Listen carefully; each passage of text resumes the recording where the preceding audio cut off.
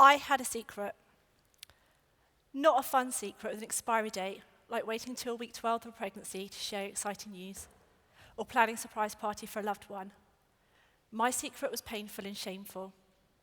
It made me feel below par, less of a human being, a prisoner in my own home, a waste of a life.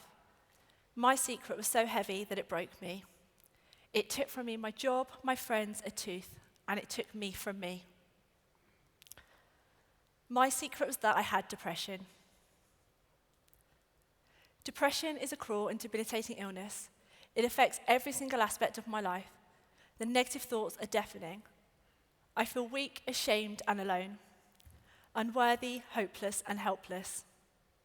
I develop anxieties on top of my anxieties, leaving the house, answering the telephone, opening the post, driving my car, travelling by train, noise, people. My family were and still are brilliant, but it's almost as if their brilliance shines too brightly. That I put them on a pedestal, and depression convinced me that I just don't match up, that I'm a burden to them, that I'm dimming their light, that in simply existing, I'm slowly but surely ruining their lives. Talking about depression isn't new for me. I do it every single day as part of my job, but from behind a laptop. And so standing here today in front of all of you and saying the words aloud, that's different. I feel vulnerable, naked. My instincts are screaming at me to run and hide, but there's nowhere to hide. And to make matters worse, experience tells me that you probably like me less now than you did 2 minutes ago, that you might feel a little bit ashamed for me, struggle to maintain eye contact. You might think that I'm lying, maybe attention-seeking, perhaps that I'm to blame. The problem with keeping depression a secret is that it only serves to exacerbate the illness. Keeping depression a secret gives it every ounce of your power. There is a well-known quote by Mark Twain which says, "Anger is an acid, which does more harm to the vessel in which it is stored than to anything on which it is poured." And neuroscience tells us that keeping a secret is just as detrimental to us as that anger. It affects our mental and physical health. In fact, the very act of thinking about a deeply held secret changes our physiology. We experience a surge in cortisol levels, which have been linked to a weakened immune system, increased blood pressure, memory loss, more aches and pains. Every time that I look in the mirror, I can see how my secret affected me physically. The Grand Canyon on my forehead, a frown line that wasn't there before, a frown line which is literally the worry etched on my face. In 2009, I discovered the magical world of Twitter. Some of you may be familiar with that today. A place where people were openly talking about my secret for all the world to see, publicly, openly, and with clarity. I was so confused. I'd been so desperate to guard my secret, I'd lied to people hidden from the world, convinced they'd all be better off without me. It was astonishing to me that there were people who were so unashamed of the very thing that I'd been so ashamed of. But it was powerful too. It was the moment in time that I gave up giving up. I was reading my story in their words. I wasn't the only one who had depression. They did too. I wasn't the only one who was struggling to eat, struggling to sleep, struggling to interact with people, struggling to function. They were too. Those are the people who saved me. The people who saved me from myself were people I'd never met before.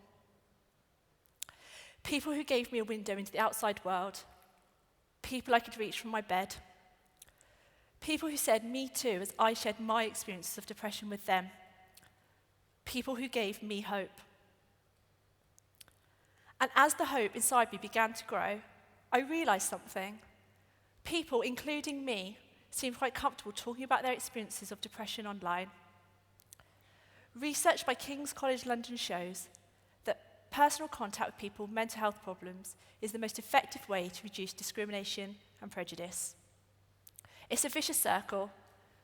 The more that we try to conceal the illness, the more we feel the need to, the more ashamed we feel. It's clear that there's a need for digestible information and an opportunity there to harness peer support, not just for those with depression, but for their loved ones too. I'd gained so much from those conversations on Twitter, and I wanted to somehow be a conversation starter for others who were where I had been. And so the idea for Blurt was born. Blurt exists to make a difference to anyone affected by depression. We start conversations and we connect people. Think of us as the knowing nod. You've all seen it. A slight bob of the head accompanied by a wry smile.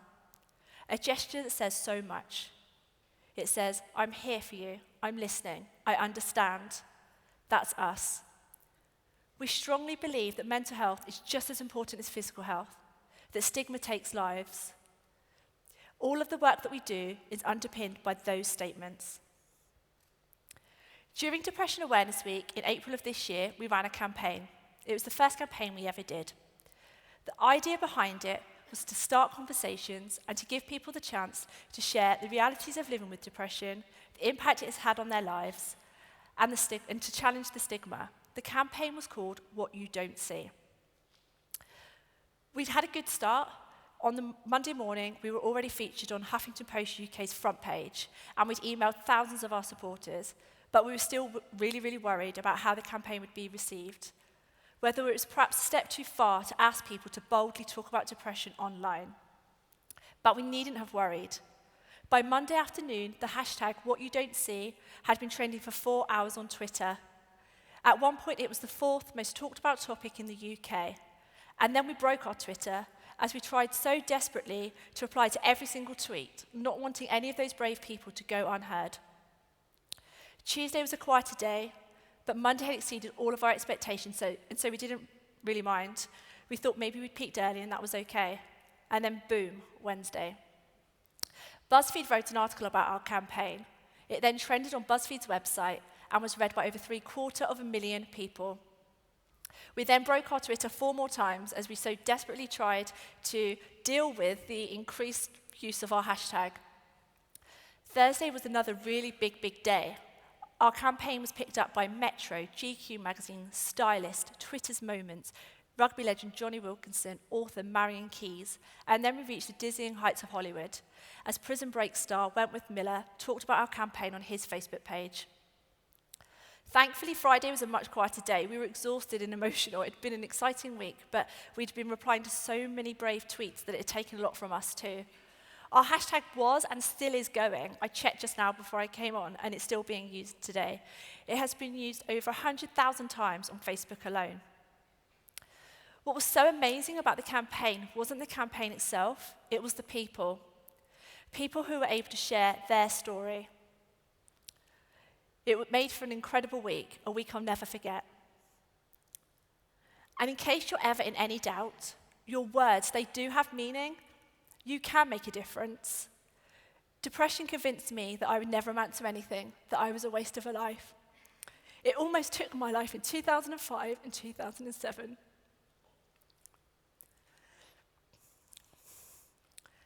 Because of those people who were able to share their experience of depression, I was able to slowly rebuild me.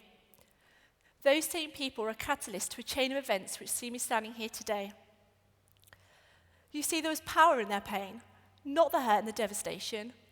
The power was that they were able to use their hindsight and allow me to use it as my foresight. I was able to learn from their experiences, and in turn, others have been able to learn from mine too.